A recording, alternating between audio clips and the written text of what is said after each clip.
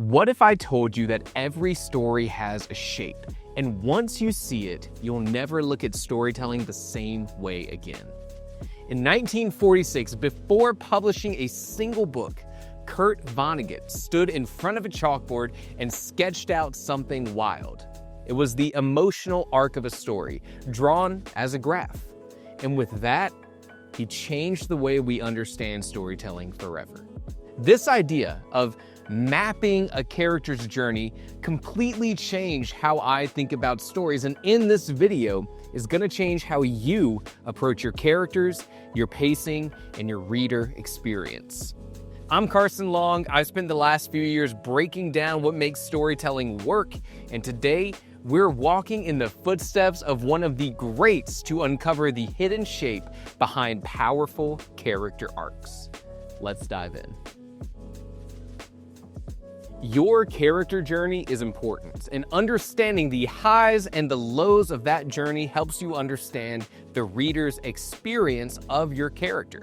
Look, I'm a sucker for graphs, by the way. I don't know if you know this, big visual learner here, and maybe that's why I'm such a fan of this. Here's how it works. Our horizontal axis is the timeline of the story from start to finish. Our vertical axis is positive and negative change. And we can graph out everything that happens to our character here, the entire character story arc. And why don't we start by looking at a classic story like Cinderella?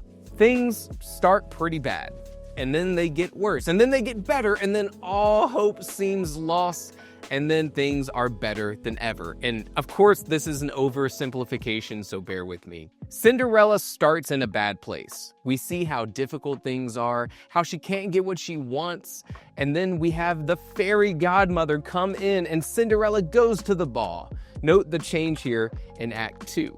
The journey that the character and the audience go through changes, right? We see things as good as they've ever been, and we see things as bad as it's ever been. And then the happy ending. One of the reasons I love this kind of mapping out of story is because we can do things like this. Draw in the 3-act structure. This shows a very clear idea of your character's journey, but it also gives you an idea of what the reader is going to be feeling at any given point of your story. And there's actionable takeaways here. For example, let's talk about prose. When you're writing about the description of the ballroom at the peak of Act 2, things are going great, then you want your prose to reflect that. When Cinderella sees the ballroom, it's all glam and beautiful and wonderful. And your prose, and of course that means your word choice, the way that you write, reflects the state of the character and the reader. Compare that to when you're writing about, a dusty room at the beginning of Act 3, your prose is going to focus more on the drab and the gray, the dusty corners of the room and the scratches on the floor. Let's look at another story. How about Finding Nemo? Life is pretty good, ignoring the prologue. Nemo goes missing, Marlin goes on a journey, Marlin finds Nemo. Things are good again, maybe even better than ever. Vonnegut calls this shape the man in a hole. It's a simple story about overcoming challenge.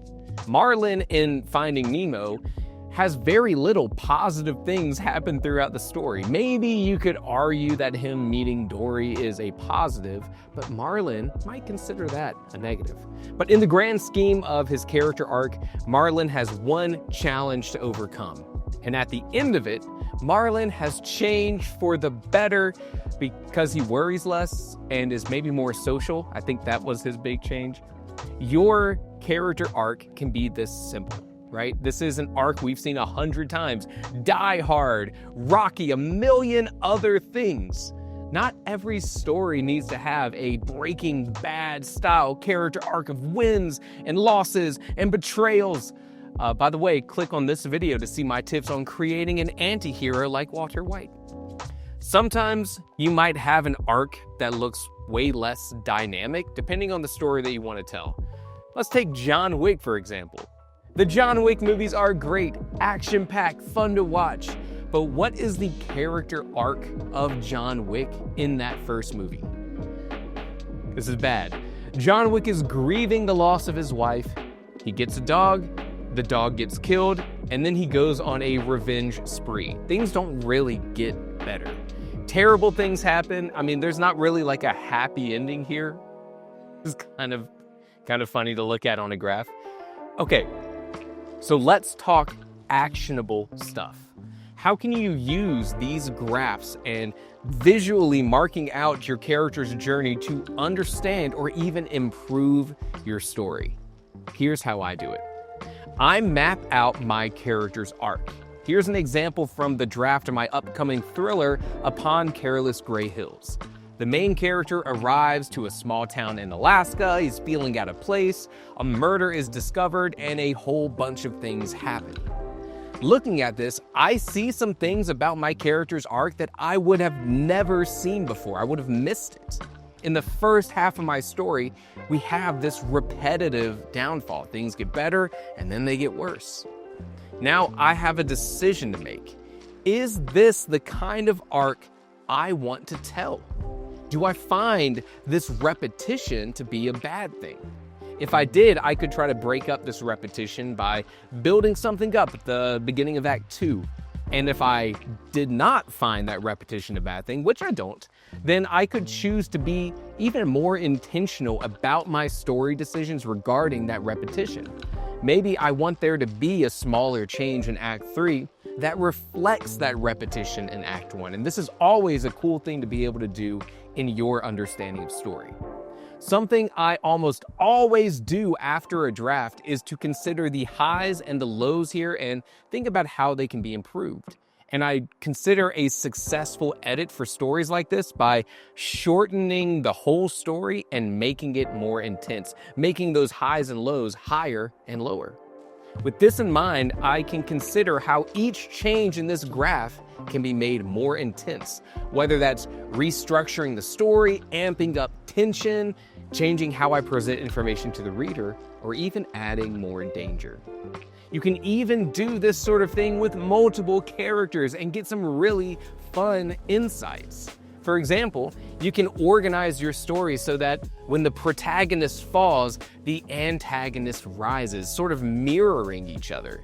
Or you can coordinate your characters so they follow the same beats. All of these shapes of your character arcs create different kinds of stories. And being conscious of the shape you're creating is important to understanding the experience you're crafting for the reader. So here's something I want you to try. Grab a piece of paper or open up Paint, or I hate to say it since they killed my boy, open up Paint 3D, whatever. Draw your X and Y axis and then really think about what your character in your story goes through. And you can even do this for side characters or the villain of your story. Put that line on the graph. It doesn't need to be perfect. And if you can't graph this out, if you don't understand the arc of your character to this degree, this is an overview, remember? Maybe you need to do more planning before you start writing. But hey, you know what? That's just me. That's just me. Now look at your arc and note the rise and the fall. Is there any repetition? Specifically repetition that you don't want? Are your peaks as high as you want them to be? Are your valleys as low and devastating as they need to be for a dynamic story? Should you mirror your character's arc at the beginning of your story with something at the end?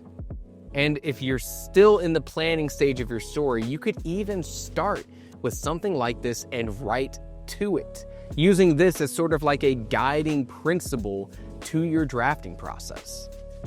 What do you think? Do you think about stories visually like me? I'd love to hear your thoughts below. And while you're there, make sure you like this video and subscribe so you never miss new content from Story Lab.